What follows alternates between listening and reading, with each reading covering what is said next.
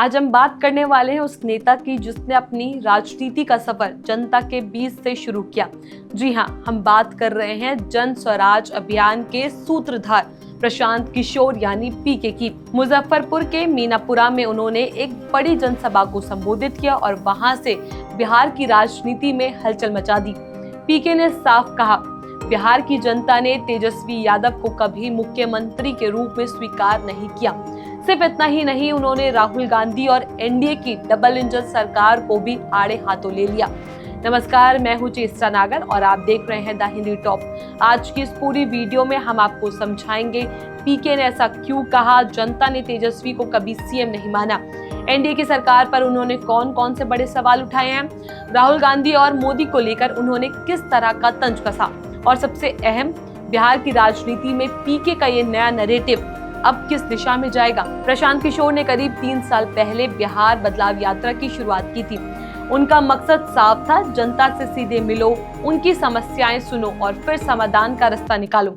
यात्रा के दौरान ये गांव-गांव, कस्बे-कस्बे गए। लोग कहते हैं कि पीके ने सत्ता की राजनीति से दूर रहते हुए जनता के दिल की बात समझने की कोशिश की। मीनापुर में जनसभा के दौरान उन्होंने भीड़ से सीधे संवाद किया और कहा, यहाँ कोई नेता आपके बच्चों की चिंता नहीं करेगा, आपको खुद करनी होगी। यानी उनका सीधा संदेश यही था कि नेता चुनाव के समय वादे करते हैं, लेकिन असली जिम्मेदारी जनता को उठानी होगी।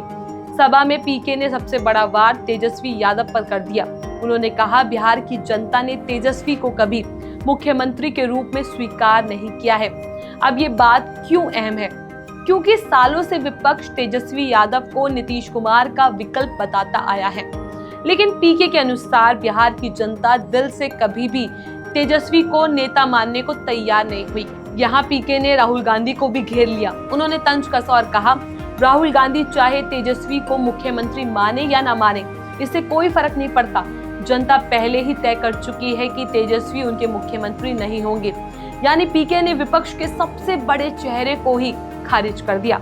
प्रशांत किशोर ने राजनीति की मौजूदा तस्वीर को भी पेश करते हुए कहा, राहुल गांधी बिहार आए हैं तो नरेंद्र मोदी को गाली देंगे और मोदी जी आएंगे तो राहुल गांधी को देंगे।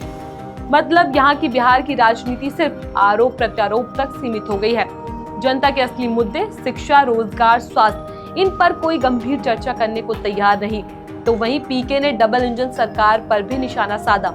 उन्होंने कहा, आपने मोदी का चेहरा देखकर वोट दिया तो चाय वाला प्रधानमंत्री बन गया, नीतीश का चेहरा देखकर वोट दिया तो वैद कलर का 20 साल से सत्ता में बैठा है, लेकिन बिहार का युवा आज भी बेरोजगार है। उनके अनुसार बिहार में डबल इंजन की सरकार होने के बावजूद भी वहां रोजगार की समस्या जस की तस है। लोगों को काम के लिए पंजाब, दिल्ली, मुंबई और गुजरात जैसे राज्यों में पलायन करना पड़ता है। अब बड़ा सवाल ये है कि पीके के इन बयानों का असर क्या होगा। एक तरफ उन्होंने तेजस्वी यादव को खारिज कर विपक्ष की राजनीति को कमजोर कर दिया, दूसरी तरफ एनडीए सरकार पर हमला करके सत्ता पर भी सवाल उठा दिए। इसी तरह पीके ने खुद को जनता की आवाज के रूप में पेश करने की कोशिश की। राजनीतिक जानकारों का मानना है कि आने वाले चुनावों में पीके का ये नैरेटिव सत्ता और विपक्ष दोनों के लिए चुनौती खड़ी कर सकता है। तो ये थी बिहार के मीनापुरा से आई बड़ी खबर। जन स्वराज के सूत्रधार प्रशांत किशोर ने एक ही सभा में एनडीए और विपक्ष दोनों पर हमला कर नया नैरेटिव गढ़ दिया है। उन्होंने साफ कहा कि बिहार की जनता ने तेजस्वी यादव को कभी सीएम के रूप में स्वीकार नहीं किया। राहुल गांधी और मोदी की राजनीति को आरोप प्रत्यारोप की राजनीति बता दिया, और सबसे बड़ा मुद्दा बच्चों का भविष्य, रोजगार और शिक्षा।